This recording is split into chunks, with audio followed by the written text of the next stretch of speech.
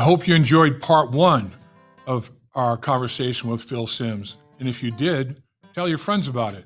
They can watch part one, and then they can also watch part two, like you're just about to do.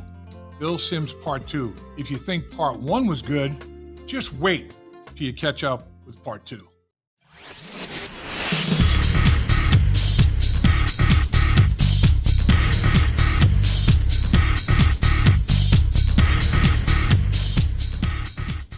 All right, so what in your mind, from when you played to even from the early stages of your broadcast career, what's been the biggest change in the NFL over that time frame?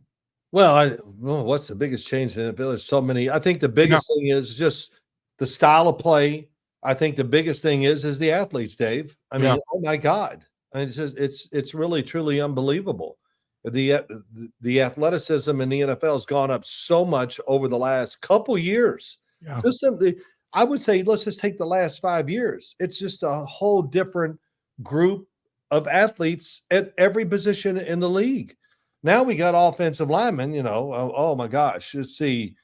Oh, Marius Mims. Oh, yeah. Okay. Let's get somebody that 6'7", 6'8". I don't know what the weight is. Maybe 340, I guess. I'm just guessing and all that. But still athletic enough to do what they have to do against maybe the biggest group of freaks in the NFL are DNs or pass rushers. Right. Because they're big, they're extremely mobile, they're fast as hell, and they love what they do.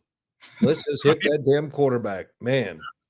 And if they could have played at the level they are now, if they'd have played back when I was a quarterback, when you were a lineman, you just go, oh my gosh, because it's changed so much.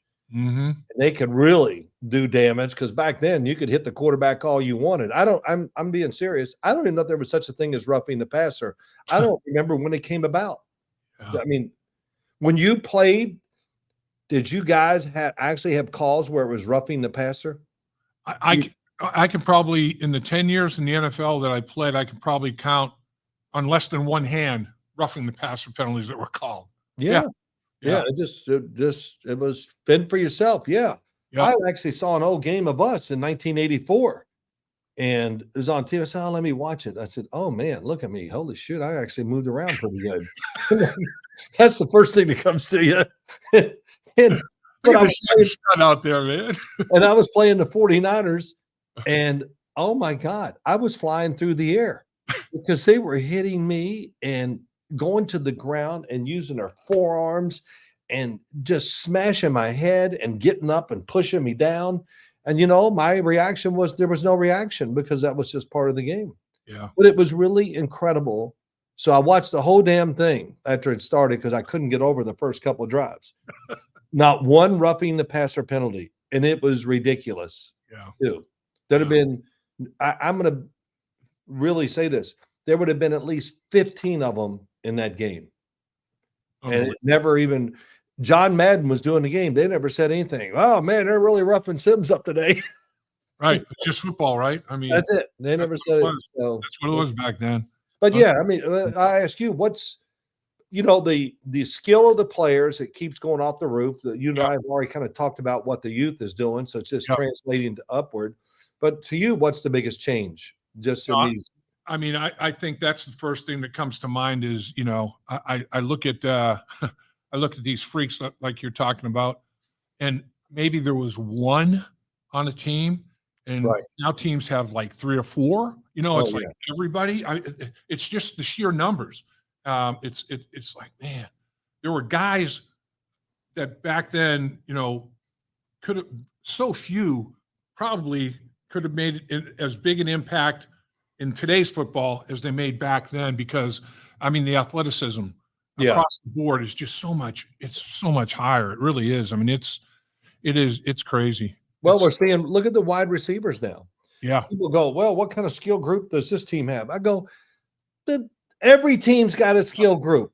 I don't even want to get into it. I said, what team doesn't have what we call good skill? Okay, maybe they don't have 3 number 1 receivers. They got 2. Yeah. But they got a tight end and a running back and this, and it's I think my son and I, Matt, we did this, and he said something about skill groups. I said, Matt, everybody's got a good skill group. I don't even want to get into them. It's, Yeah. it's unbelievable. And they're coming out in more than ever. I mean, I work on the draft a lot, but I look at make a list of each position, and I had the receivers. I said, well, I need to watch him. I need to watch him. And I went, holy. And I was like at 25, I said, I'm cutting it off. I can't take it.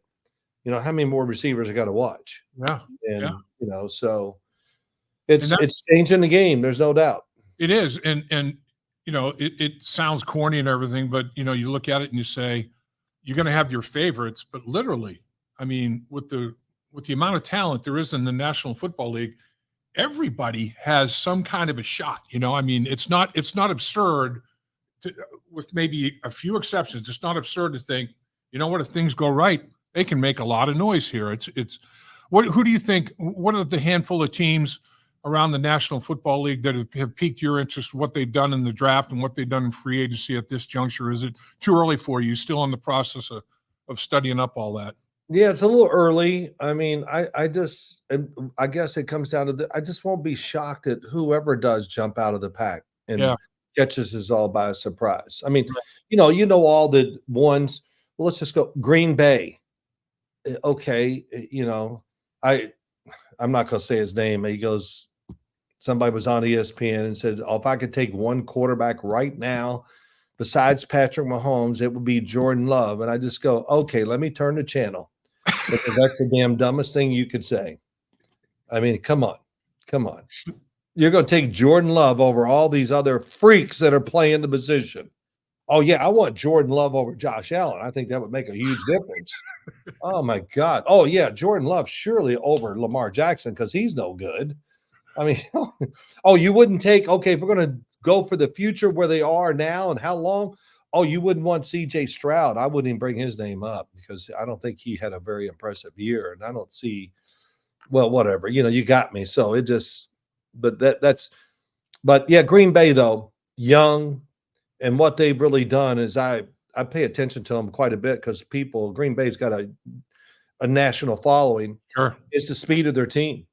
I mean, they've made one specific. I looked at it and went, they've narrowed it down to one thing. They want fast dudes everywhere. And everybody does, but I mean, they're going for the really fast dudes. And that group that can really separate themselves from in the NFL. They've done it. That's just one team. Can't wait to see Detroit, how that manufactures itself.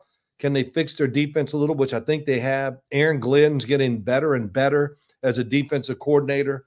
Those are a couple of hey, can San Francisco be the same team this year? That's going to be interesting. I thought 2 years ago when Brock Purdy got hurt against Philadelphia, that was their best team. That team, to me, was going to win the Super Bowl if Brock Purdy didn't get hurt. That's just my opinion. I agree. And I did see, even though they were in the Super Bowl and had many chances to win it, and we want to get into that, but that team wasn't, to my eyes, just wasn't physically as good as the year before. But they were still damn good. I mean, hey, winning the Super Bowl, there you go. You think they're not going to sit back and think of about 8,000 reasons why they could have won that game? Yeah. No. And this will be something when you and I will talk about next year when the Super Bowl comes around. Are we just going to let them play free and do whatever you want? We won't call nothing. Right. I mean, the holding penalties in that game were so egregious, but they were not called. Don't you understand that as an official, you almost like go, I don't want to be part of the game. I don't know. So I don't know how you thought. Everybody watching. Everybody's watching. But them Namo linemen were doing some great holding. Oh, I'm telling you, man. Once you get the idea that, hey, man, it's liberal today. Let's go. Let's go. We're gonna push this. We're gonna push this to the max. I mean, it's crazy. I getting back to what you were talking about. I think from when we played to now, not only the size, but you talked about the speed. Yeah, the team speed at every position group now, as compared to back 20 plus years ago, is just 30 plus years ago now. It's crazy. It is crazy. You have big body guys running like, tight ends and wideouts ran for us. It's like, what the hell, man? It's crazy. It's crazy. Well, the Philadelphia Eagles went down and got the Georgia D lineman. Oh, he's 6'3", 275. Oh, he ran a 4.6 or 4.7. You just go. It really is crazy. I think truly, too. Also, yeah, offensive linemen are getting more athletic and all, but right now we got them in a position where it's just their athletic ability and their size and all that. It's here, whatever, but the people they're trying to block have gone farther ahead than that. So it's becoming more and more difficult to say that, oh, this left tackle is going to take care of his guy every play. It's harder and harder. And now we're seeing D tackles that are humongous with great versatility, nimble, and moves and everything else, where they're becoming, I mean, come on, 350 pounds when they go full speed right into you at the snap of the ball. I mean, I don't care how strong you are as an offensive lineman. You tell me, how do you not give ground and get in the face of the quarterback? Yeah. I mean, that's a surge, man. That explosiveness, that surge is like a tidal wave, bro. It's like, it's hard to work against. There's no question about it.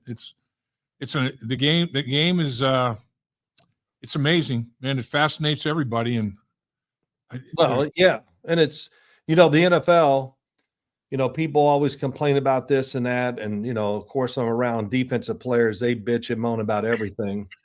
And, but they have to, I say this to the fans out there, the NFL changes rules every year to try to keep the game, because the fans want to see what if fans want, they want to see scoring. Yep. They judge every game. Well, it was a great game, 30-28, whatever. Yeah. But and I when I was announcing games, we would see the halftime report and I go, well, they don't think it's exciting. It's 7-3, and it's, to me, it's exciting because I can feel the tension that's going to come into the game as it goes along. Sure. Low scoring games, I think at the end, man, I love to see the play calls, the players, because I think the tension and the scope of the game, they know it's on them, and man, that makes people even more tight in sports. It's like you can't you're only gonna maybe have the ball 2 more times. You better do something with it right now, man. Yeah. Because the one thing and I was always taught this, it just came to my mind, you said that Bill Parcells was, everybody looks at him and goes, oh, he was just, no, Bill loved big plays and he wanted to score and all that, and he was really into, let's get on top. I want to be, I don't care if it's 3 points or 7, let's score first. And I would talk to him about it sometimes. He goes, Sims, right away, when you get behind, there's a tension to it. Now they're chasing. And the farther the game goes on, when they're chasing, the more apt they are to make a mistake.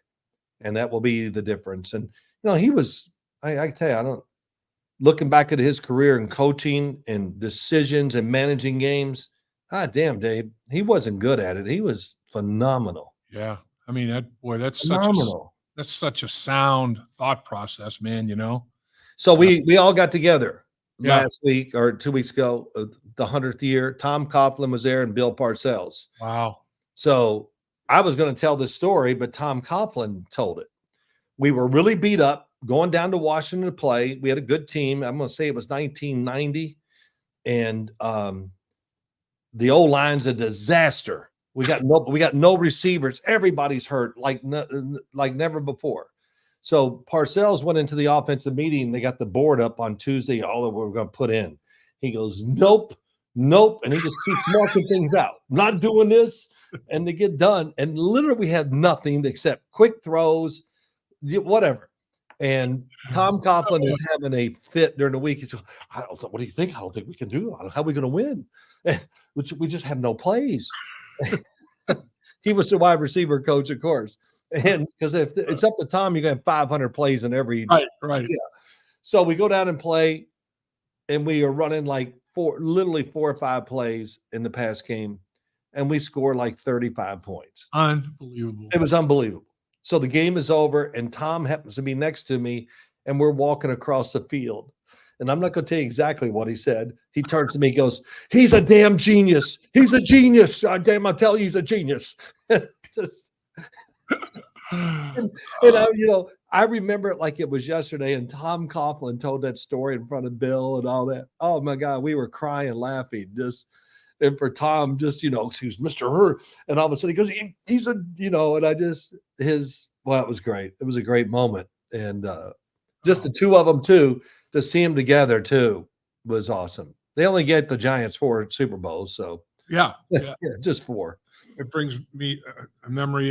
Bill Walsh, offensive genius. Oh yeah, guru, and he was Paul Brown's offensive coordinator. My rookie year, I had Paul Brown as the head coach, Bill Walsh as offensive coordinator. I'm like, how good is this? Wow, mackerel. And Bill is got a bunch of plays. He couldn't have enough plays. He's drawn them up, and Paul Brown says, here are the plays of what you've got up there, Bill. Here are the plays we're going to run. He takes like 5 passes and 4 runs, and we run the heck out of them. And we run them out of different formations, different motions, different looks, but we're running those plays, man. Yeah. We're attacking those spots, and it's like the same thing. Just whip them by like over 20, and Bill's shaking his head, the old man, he knows what he's doing. It really is incredible. Hey, and I watched Parcells being interviewed not long ago, and he goes, "Look, we didn't have that many plays. He wasn't big into all those. Let's just do what we do and be really damn good at it." Yeah. Our passing game was, of course, very simple, but it was explosive. Yep. Because if I threw a check down on 3rd and 10. Well, what are you doing? Nobody's open. Oh, you're just trying to pad your stats. You're worried about your stupid quarterback rating. I go, no. We'd go into, man, we'd just scream at each other. It was awesome. He'd get mad because he just wanted big plays. Yeah. Can you draw up more big plays for me, coach? Yeah, they're easy to do. But yeah, it was a different style. And I'm sorry we get into this Bill Parcells stuff, but boy, you talking about getting me mad. Yeah. Say to me that, he couldn't coach today's kids. Tell me that, and I'll tear you apart in a debate. Exactly. Name me a player. They would all respond to Bill Parcells. He was a friggin'. He could just, what's the word for it? Relate to anybody. And he knew how to make that work. He treated everybody differently, that way. And if he knew he could yell at you, he was going to yell at you because he wanted to send the message to the rest of the guy. If he knew you were a little tender, he'd be very careful. He knew what to do with every player. He could get everybody on his side. That was his greatest skill, which that's coaching, right? Yeah, it's coaching. That's leadership. There's no question, man. I mean, figure out everybody's personality, what buttons to push. I mean, there's a lot to that. Well, Phil, I'll tell you what, I've monopolized a ton of your time, man, and you are outstanding as always. No, that was a little walk down, memory lane. People get tired of hearing that crap, whatever. No, it's all good. But in 2 days, we're going to go over the Bengals draft picks. Sounds good. Right. Yeah. So we'll do that on Wednesday. I'm looking forward to that. We'll get into all of them. We'll talk about my favorite guy is McKinley Jackson. That was that's a big boy there. Yeah. Listen, that's a run stopper. He didn't have to move. Just stay there. Yeah. So he's a big old 2-gapper. Oh my God. I know. It's going to be great though. It really is. And big, Lou Anarumo, we got to get him on and go, Lou, hey, we finally went out and drafted defensive players for you. Oh, no, it's all good. I'm looking forward to it, and a lot of fun, and going to be fun talking about all the draft picks the Bengals had. You're the man, Phil. Appreciate your time. Right. Dave, always a pleasure. Thank you. Dave Lapham here, and every day I am grateful for my experience to have played professional football. As a player, I realized self-motivation, leadership, and appreciating your teammates are key. At First Star Logistics, you can use those same attributes to create the life you want for you and your family. Build your future by working hard like I did. You'll see results both on and off the field. Call First Star Logistics today and be part of our winning team. Opportunity knocking.